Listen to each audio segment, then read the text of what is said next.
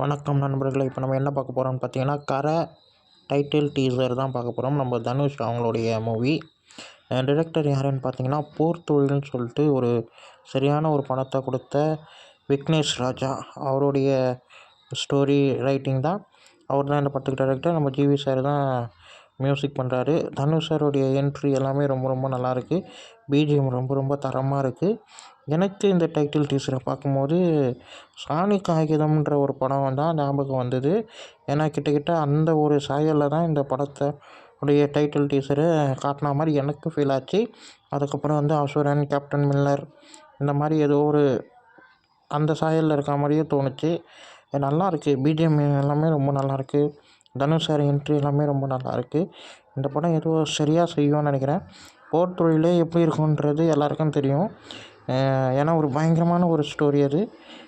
எனக்கு ரொம்ப பிடிச்ச ஒரு கதையில் போர் தொழிலும் உண்டு. நல்லாயிருக்கு. டைட்டில் டீசர் நல்லாயிருக்கு.